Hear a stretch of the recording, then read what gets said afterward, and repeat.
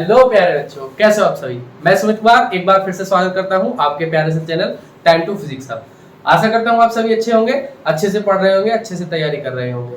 तो बच्चों, last class में हमने सीखा था किस तरीके से एक समान बाह्य वैद्युत क्षेत्र में स्थित किसी द्विध्रुव पर लगने वाले बलयुग्म के आघूर्ण को हम निकालते हैं, जहां पे निकल के आया था torque equals to PE sine theta. तो बच्चों, आज का हमारा टॉपिक है, तो उसको टॉपिक को हम क्लियर करने से पहले कुछ हमारे छोटे छोटे से टॉपिक्स हैं, उनको क्लियर कर लेते हैं। जैसे मैंने यहाँ पे लिखा हुआ है, सबसे पहले टॉपिक आज क्षेत्रफल वेक्टर, मतलब के एरिया वेक्टर। देखिए क्या होता है जब हम कभी समतल शेप पढ़ते हैं, जैसे सपोज दैट ये मेरा हाथ है, यहाँ पे ये प्लेन बना रहा हूं मैं इसका, तो क्या होता है बच्चों, तो वहां पे जो क्षेत्रफल होता है वो दिशा के साथ पढ़ा जाता है। तो इसी तरीके से आप पूरी फिजिक्स के लिए, जब तक आप फिजिक्स पढ़ेंगे तो तब तक के लिए आपको पता रहना चाहिए कि हम क्षेत्रफल की दिशा किस तरीके से निकालते हैं। बहुत ही आसान है, सिंपल समझा रहा हूं बच्चों, एक बार में क्लियर करेंगे। ये मान लीजिए कि कोई सरफेस है, अब सपोज दैट ये तो मैंने इस तरीके के आकृति में, किसी भी शेप में हो, स्क्वायर शेप में हो या सर्कल शेप में हो या रेक्टेंगुलर हो, किसी भी शेप में हो, बस हमें ध्यान में रखना है कि इस तरह से जहां पे जिस पृष्ठ का, जिस सरफेस का हमको एरिया निकालना है उसको पकड़ लेना है और उसके परपेंडिकुलर एक लाइन की हमें ऐसे इमेजिन करनी है, एक कल्पना करनी है। तो जो एरिया होगा हमारा वो या तो इस पृष्ठ के लंबवत बाहर की ओर होगा या इस पृष्ठ के लंबवत अंदर की ओर होगा। क्योंकि अंदर की ओर इसलिए क्योंकि अगर हम यहां से देखें तो ये बाहर की ओर है, क्योंकि पृष्ठ है तो दो तक होंगे इसके, पृष्ठ दो सरफेस होंगे इसके, तो इस तरफ से देखें तो ये अंदर की तरफ जाएगा और अगर इस तरफ से देखें तो ये बाहर की ओर जाएगा। तो इस तरीके से हम चाहे तो दिखा भी सकते हैं। सपोज दैट ये क्या है, कोई एक पृष्ठ ले लिया हमने इस तरह से।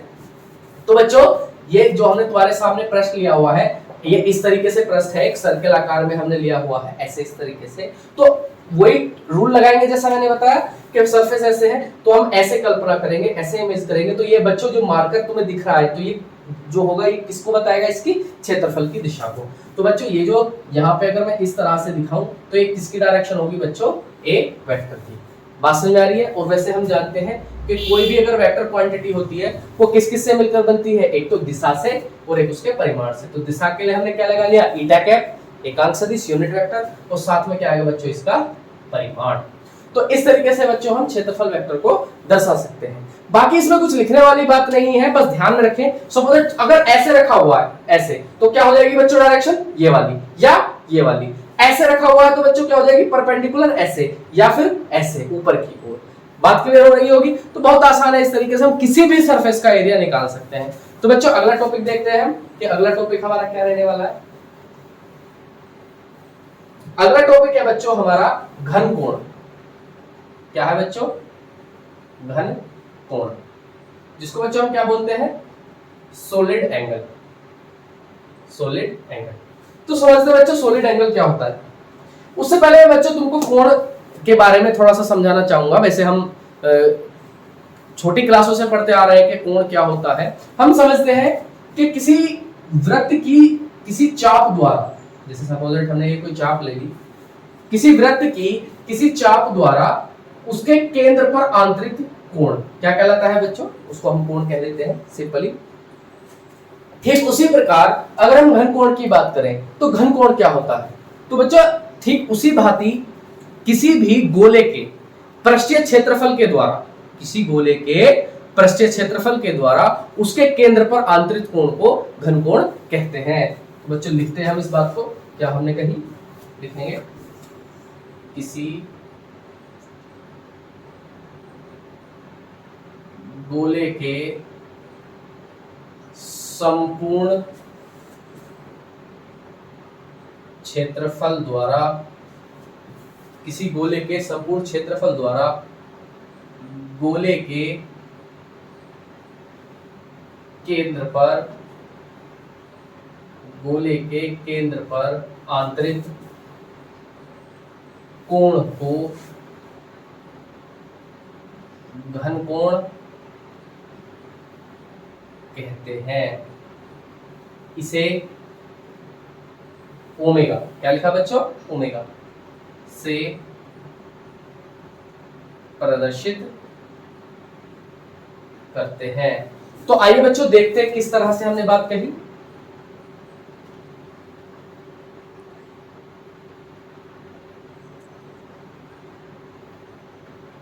बच्चों इस तरह से हमने क्या ले लिया, ये कोई एक गोलक है, ठीक है, ये इस तरह से हमने क्या ले लिया, एक गोला। ये हमने कोई सॉलिड आकृति दी हुई है गोले की, तो हम क्या करें, ये क्या हो गया बच्चों, इसका सेंटर हो गया। इस तरीके से हमने डिनोट कर दिया ओ से। हमने कहा कि इसके किसी पृष्ठीय क्षेत्रफल द्वारा हम इसका छोटा भाग ले लेते हैं अभी थोड़ी देर के लिए, जिसको हम क्या कह रहे हैं बच्चों, डी ए। मैं पहले ही बता चुका हूं कि एलिमेंट ऑफ एरिया है, तो इसलिए हम किसको किससे रिप्रेजेंट करेंगे, डी के साथ। तो बच्चों अगर ये एरिया संपूर्ण का छोटा सा भाग है, तो जो आंतरिक घनकोण होगा वो भी कैसा होगा, छोटा। तो इसको ही हम क्या बोलेंगे बच्चों, डी ओमेगा, छोटे से को। और हम जानते हैं बच्चों ये क्या होती है, इसकी त्रिज्या। ठीक है बच्चों, क्लियर है बात। तो हम यहाँ पे लिखेंगे जो हमारा होगा डी ओमेगा इक्वल्स टू क्या होगा बच्चों, हमारा डी ए बटे आर स्क्वायर, यानी कि जो हमारा क्षेत्रफल अवयव है वो और आर स्क्वायर। अगर मैं बात करूं संपूर्ण गोले के लिए, संपूर्ण गोले के लिए तो हमें पता होना चाहिए संपूर्ण गोले के लिए हमने क्या ले लिया, ओमेगा। और संपूर्ण गोले का क्षेत्रफल क्या होता है, 4 पाई आर स्क्वायर अपॉन में क्या आएगा, आर स्क्वायर। तो आर स्क्वायर से आर स्क्वायर, तो ओमेगा इक्वल्स टू कितना आएगा, 4 पाई। बिल्कुल इतने स्टेरेडियन, स्टेरेडियन। ये भी इंपोर्टेंट बात है बच्चों कि कोण का मात्रक क्या होता है हमारा, रेडियन, जबकि घनकोण का क्या होता है, स्टेरेडियन। एक इंपोर्टेंट बात बच्चों ये समझने की है कि जिस भांति हम वृत्त का क्षेत्रफल पढ़ते हैं, संपूर्ण वृत्त का क्षेत्रफल कितना पढ़ते हैं हम, 2 पाई 360। ठीक उसी प्रकार जो गोला होता है उसका संपूर्ण क्षेत्रफल कितना होता है, 4 पाई। कितना होता है बच्चों, 4 पाई। क्लियर। अब एक बात यहां पे है, मैं इसको छोटा सा आकृति को अलग ले लेता हूं बच्चों, ध्यान से समझेंगे जरा। इस तरह से ये हमने इस तरह से ले लिया। मान लो यदि ये हमारा, हम जानते हैं चूंकि त्रिज्या भी जो है वो हमारा दिशा सदिश है, यहाँ पे दिशा है उसके लिए। तो मान लो अगर ये जो क्षेत्रफल है वो त्रिज्या के साथ किसी एंगल पे हो, जैसे यहाँ पे तो अगर मैं बात करूं तो डी ए की बात करूं तो इसी दिशा में आता है डी ए, इस वाले पृष्ठ के लिए।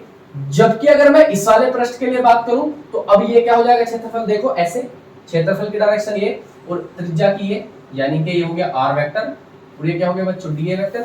यानी कि दोनों के बीच में बच्चों क्या आ गया, कोई एंगल थीटा। तो इस स्थिति में हम क्या लेते हैं बच्चों, अगर फिर से तुम ध्यान होगा 11th क्लास में, तो हम इसके कितने घटक विभाजित कर सकते हैं, 2, एक ऊर्ध्वाधर और एक क्षैतिज। तो यहाँ पे समझने के लिए जो हम डी ओमेगा लेते हैं, ये बच्चों हम लेते हैं इसका क्षैतिज घटक के साथ, यानी कि D omega equals to D A cos theta. और बच्चों में क्या आएगा, आर स्क्वायर बटे में क्या हो जाएगा, आर स्क्वायर। इतने स्टेरेडियन। और स्टेरेडियन को लिखने के लिए हम किससे लिखते हैं, एस आर से। क्लियर बच्चों।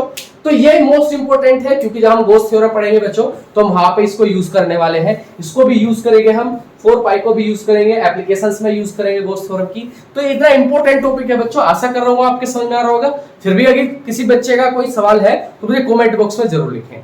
देखिए बच्चों क्या है ना कि जब तक हम चाहते तो हम सीधा गॉस थ्योरम भी स्टार्ट कर सकते थे, लेकिन जब तक हमें गॉस थ्योरम के अंदर यानी कि छोटी छोटी जो हमारी मैथमेटिकल प्रॉपर्टीज लगती हैं, जब तक हमें उनके बारे में नहीं पता होगा, एक हम अपना अच्छा प्लेटफॉर्म नहीं स्थापित कर पाएंगे फिजिक्स के अंदर। क्योंकि हमें नीट आईआईटी की तरफ जाना है, वहां पे जब हम नीट आईआईटी की तरफ बैठते हैं तो उसको अपने आप में एक बहुत बड़ा सिलेबस होता है। तो वहां पे हमें कोई सिखाने वाला नहीं होता कि स्टेरेडियन का क्या है, घनकोण क्या है, कैसे बनता है, किस तरह से किस तरीके से हम उसके सूत्र निकाल सकते हैं। तो जैसे तुम्हारे सामने आया, एक तो ये आया D omega square D A by D A upon R square. फिर हमने देखा संपूर्ण गोले के लिए कितना निकल के आता है, 4 पाई।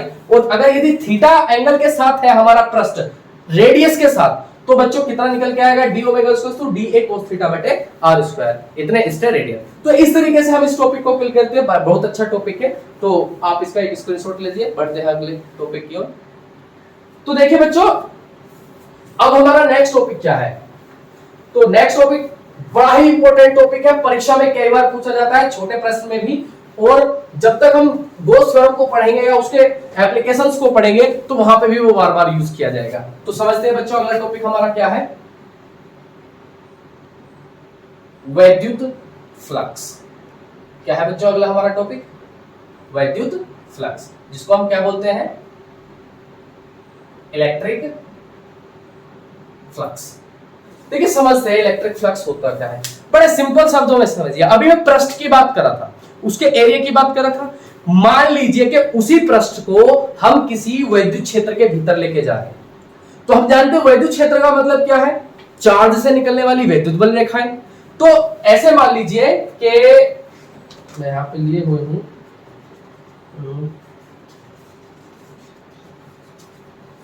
इस तरह से मान लीजिए ये वो पृष्ठ था जिसको हम इलेक्ट्रिक फील्ड के अंदर लेके जा रहे हैं। तो ये जो मेरी उंगली है थोड़ी देर के मान लीजिए कि ये किसको दर्शा रही है, इलेक्ट्रिक फील्ड्स लाइन को, यानी कि फोर्स लाइन को। तो जब मैं इस पृष्ठ को ले जाके यहां पे रखूंगा, अब रखने के भी तरीके हो सकते हैं, ऐसे रख सकता हूं, ऐसे रख सकता हूं। तो हम जानते हैं ये बहुत ज्यादा, ये तो इमेजिनरी है, ये पृष्ठ को काट देगा। काटने का मतलब क्या है कि ये लाइंस इसके अंदर से ट्रेवल करती हुई जाएंगी। तो बच्चों ध्यान से समझिए कि वैद्युत फ्लक्स का मतलब क्या होता है, फ्लक्स का मतलब क्या होता है। फ्लक्स का मतलब है कि इस पृष्ठ से निर्गत कुल वैद्युत बल रेखाओं की संख्याओं की माप, उसको बच्चों हम क्या कहेंगे, वैद्युत फ्लक्स। तो समझ रहे हो मैं क्या कह रहा हूं। आप इसी पृष्ठ से कल्पना कर सकते हैं, ये तो मैंने तुम्हें दिख रहा होगा आयताकार शेप में है, आप किसी भी पृष्ठ की कल्पना कर सकते हैं जिसको हम वैद्युत क्षेत्र के भीतर लेके जा रहे हैं। तो उससे निकलने वाली कुल वैद्युत बल रेखाओं की संख्याओं की माप क्या कहलाएगी, उसके लिए वैद्युत फ्लक्स। यही बात हम लिखेंगे बच्चों। इतना इंपॉर्टेंट है ये टॉपिक, बहुत बार परीक्षाओं में हमसे पूछे जाता है। ये बात क्लियर हो रही है बच्चों मैं क्या कह रहा हूं, ये कई बार हमसे परीक्षाओं में पूछा जाता है। तो लिखते हैं हम वैद्युत क्षेत्र के भीतर किसी पृष्ठ से निर्गत कुल फ्लक्स ग्रंथिताओं, कुल फ्लक्स ग्रंथिताओं की संख्या की माप उस पृष्ठ से बद्ध, उस पृष्ठ से बद्ध, उस पृष्ठ से बद्ध, उस पृष्ठ का, उस पृष्ठ का वैद्युत फ्लक्स, वैद्युत फ्लक्स कहलाता है। समझ बात आ रही है बच्चों मैं क्या कह रहा हूं कि वैद्युत क्षेत्र के भीतर किसी पृष्ठ से निर्गत कुल फ्लक्स ग्रंथिताओं, ग्रंथिताओं से मतलब है कि कुल जो हमारी वैद्युत बल रेखाएं हैं उनकी माप, संख्या उनकी, तो फ्लक्स ग्रंथिताओं की संख्या की माप उस पृष्ठ से बद्ध उस पृष्ठ का वैद्युत फ्लक्स कहलाती है या कहलाता है। इसे फाई ई यानी कि इलेक्ट्रिक फ्लक्स, क्योंकि आगे हम मैग्नेटिक फ्लक्स भी पढ़ते हैं तो इसको हम स्पेशली किससे लिखते हैं, फाई ई। इसे फाई ई से प्रदर्शित करते हैं। अथवा बच्चों दूसरे शब्दों में हम इसको किससे रिप्रेजेंट करते हैं, दूसरे शब्दों में हम इसे कैसे रिप्रेजेंट कर सकते हैं, क्योंकि हम ना 12th लेवल पढ़ रहे हैं तो हमको पता होना चाहिए कि फिजिक्स के अंदर एक ही बात को प्रदर्शित करने के बहुत सारे तरीके हो सकते हैं। तो ऐसे इलेक्ट्रिक फ्लक्स को और किस तरीके से हम परिभाषित कर सकते हैं, तो समझते हैं बच्चों। देखिए वैद्युत फ्लक्स का जो मतलब होता है कि अगर हम किसी भी चार्ज के तरफ जो इलेक्ट्रिक फील्ड जनरेट हो रहा है, यदि हम उसका पृष्ठीय समाकलन ले लें, क्या ले लें बच्चों, हम उसका पृष्ठीय समाकलन, तो उसका जो पृष्ठीय समाकलन होगा वैद्युत क्षेत्र का, वही उसके लिए क्या कहलाएगा, वैद्युत फ्लक्स कहलाएगा। तो हम ले सकते हैं यहां पर इस तरीके से कि वैद्युत क्षेत्र का पृष्ठीय समाकलन, वैद्युत क्षेत्र का पृष्ठीय समाकलन उस पृष्ठ से बद्ध, उस पृष्ठ से बद्ध वैद्युत फ्लक्स कहलाता है। तो बच्चों इसको हम किससे लिखते हैं, फाई ई से, इंटीग्रेशन ऑफ पृष्ठीय समाकलन यानी कि सरफेस इंटीग्रल, और साथ में क्या आएगा बच्चों, ई वेक्टर डॉट, चूंकि पृष्ठीय ले रहे हैं तो इसलिए साथ क्या आएगा इसके, डी ए वेक्टर। क्लियर बच्चों। आगे एक और तरीके से हम इसको समझ सकते हैं कि वैद्युत क्षेत्र तथा पृष्ठ के क्षेत्रफल का स्केलर गुणन, ये हम पढ़ते हैं बच्चों 11th क्लास में पढ़ते हैं हम, तो वैद्युत क्षेत्र तथा पृष्ठ के क्षेत्रफल का स्केलर गुणनफल, स्केलर गुणनफल उस पृष्ठ का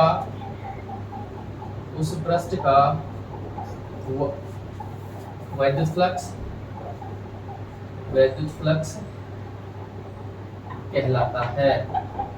तो बच्चों हम लिख सकते हैं phi E is equals to E vector dot D A vector. तो बच्चों हम जानते हैं कि जब हम स्केलर गुणन में डॉट प्रोडक्ट निकालते हैं तो डॉट हटा के क्या लगाते हैं, कोस थीटा, यानी कि E D A cos theta. तो इस तरीके से हम यहाँ पे आपके सामने दिख भी रहा होगा कि ये थीटा भी निर्धारित करेगा, जहां पे लिख सकते हो तुम जहां थीटा ई वेक्टर और ए वेक्टर के बीच का कोण है, मतलब वैद्युत क्षेत्र में पृष्ठ के और वैद्युत क्षेत्र के बीच में बनने वाला कोण। तो अगर तुम यहाँ पे देख रहे होंगे ये थीटा भी हमको बताएगा किस तरीके से हम अपना जो टॉपिक है या जो हमारा वैद्युत फ्लक्स है वो कब ज्यादा होगा, कब कम होगा, ये किस पे भी डिपेंड करेगा, थीटा पे भी। बात क्लियर हो रही है बच्चों? तो इस तरीके से हम इन टॉपिक्स को निकालते हैं, किस किस तरीके से हम इसको ले सकते हैं। तो बच्चों आपने देखा वैद्युत क्षेत्र का पृष्ठ समाकलन उस पृष्ठ से बद्ध वैद्युत फ्लक्स कहलाता है, जिसको हम किससे रिप्रेजेंट कर रहे हैं यहाँ पे, फाई ई से। साथ ही वैद्युत क्षेत्र तथा पृष्ठ के क्षेत्रफल का स्केलर गुणन उस पृष्ठ का वैद्युत फ्लक्स कहलाता है। क्लियर बच्चों? और भी बहुत सारे तरीके हैं जिनसे हम इसको क्लियर कर सकते हैं। तो देखें, अब हम यहाँ पे इसका एक छोटा सा इमेज बना देते हैं, किस तरीके से हम इसको देख सकते हैं। इमेज भी इंपॉर्टेंट है इसके लिए।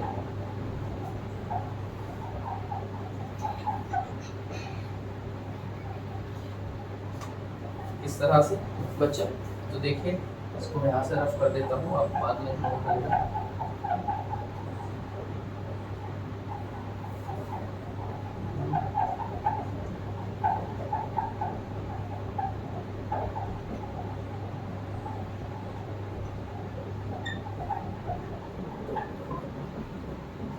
इस तरह से तो ये बच्चों हमने क्या लिया है, कोई ये हमने एक सरफेस लिया है जिसको हम कहाँ पे रख रहे हैं बच्चों, इलेक्ट्रिक फील्ड के लिए। तो इससे निर्गत जो कुल वैद्युत बल रेखाओं की संख्या होगी वहां पे, ये किसको रिप्रेजेंट करेगा, इसके वैद्युत फ्लक्स को। तो ये चाहो तो तुम देख भी सकते हो कि ये इसको बच्चों हम आगे जाके सीखते हैं, इसी को हम कहते हैं वैद्युत क्षेत्र का जो समाकलन रूप होता है। ये बड़े तुम कॉम्पिटिटिव एग्जाम में आगे तुम बीएससी एमएससी करेंगे, वहां पे जाके हमें पढ़ने के लिए होता है कि वैद्युत क्षेत्र का जो समाकलन रूप है वो किस तरीके से लिखा जाता है।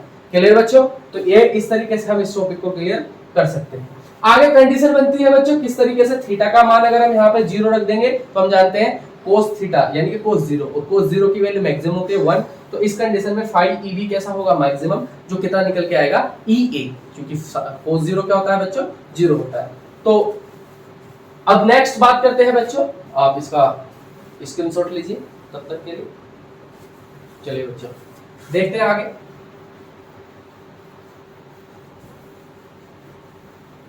अब बात आती है बच्चों, अभी हमने बताया कि फाई ई किसके बराबर है बच्चों, EA के। अगर हम यहाँ पे डॉट थीटा को 0 एज्यूम कर रहे हैं तो हम बात करेंगे इसके मात्रक की, यूनिट की, कि इसका यूनिट क्या होता है। तो हम बड़े आसानी से लिख सकते हैं E का मात्रक गुणा A का मात्रक। तो E का मात्रक बच्चों आप जानते हो न्यूटन पर कूलम, हम पीछे वाले टॉपिक्स में पढ़ चुके हैं। और बच्चों A का आपको पता ही है मीटर स्क्वायर, तो मात्रक क्या हो जाएगा, न्यूटन मीटर स्क्वायर पर कूलम। आगे बच्चों हम क्या पढ़ते हैं, इसकी विभव, डायमेंशन। तो डायमेंशन कैसे निकालेंगे, न्यूटन की यानी कि बल की विभव क्या होती है, mL/t-2, और साथ ही इसकी क्या होगी, L2, और साथ में कूलम की क्या होगी, 80। ये आप पहले से ही जानते हैं, हम पढ़ चुके हैं इनको, बस इसको एडजस्ट करके लिखना है। क्या हो जाएगा, mL3t बच्चों -3, क्योंकि नीचे प्लस की 1 है, ऊपर जाके किसकी हो जाएगी, माइनस की, और साथ में क्या आएगा, A इनवर्स। यानी कि जैसा कि आप सेमेस्टर से फिजिक्स पढ़ रहे हैं, तो सो ट्रिक जैसा मैं बताता हूँ आपको, तो 13 माइनस के 31। तो इस तरीके से हम इसकी डायमेंशन को याद कर सकते हैं। बड़ा ही इंपॉर्टेंट है इसका डायमेंशन, कई परीक्षाओं में भी पूछा जाता है, प्रतियोगिता परीक्षाओं में वहां पे भी पूछ लिया जाता है।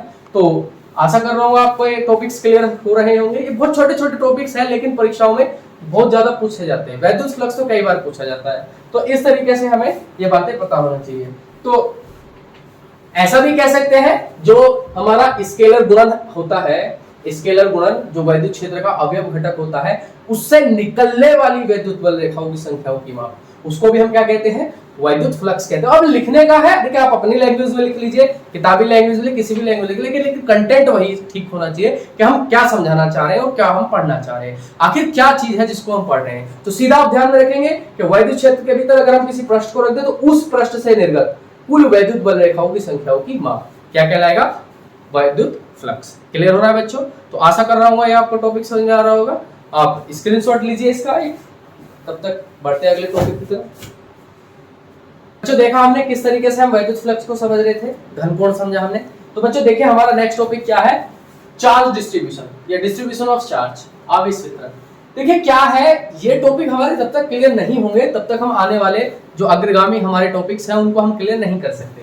तो इसमें हम आवेश को तीन तरीके से डिस्ट्रीब्यूट करते हैं, या तो किसी लाइन पर यानी कि वन डायमेंशन, किसी क्षेत्रफल पर यानी कि टू डायमेंशनल, या किसी आयतन पर यानी कि थ्री डायमेंशनल पर। तो ध्यान में रखें बच्चों, हम डायमेंशनल के हिसाब से चार्ज डिस्ट्रीब्यूशन पढ़ रहे हैं। तो पहला क्या आता है इसके अंदर हमारा, आवेश का रेखीय घनत्व। तो क्या कहा हमने, देखो बहुत आसान है, बिल्कुल क्लियर। मैं पहले तीनों को समझा रहा हूं, देखो बड़े आसानी से। मान लीजिए कोई लाइन है, मैंने चार्ज उस पर एक समान यानी कि यूनिफॉर्मली डिस्ट्रीब्यूट कर दिया, तो इसकी प्रति एकांक लंबाई पर जो चार्ज होगा वही क्या कहलाएगा, इसका रेखीय आवेश का घनत्व। ठीक, मान लीजिए ये ऐसे, मान लीजिए कोई सरफेस है, अब मैंने चार्ज को इस सरफेस पे लाकर डिस्ट्रीब्यूट कर दिया, तो इसके प्रति एकांक क्षेत्रफल पर जो आवेश उपस्थित होगा, एक समान आवेश उपस्थित होगा, वो इसके लिए क्या कहलाएगा, आवेश का पृष्ठीय घनत्व।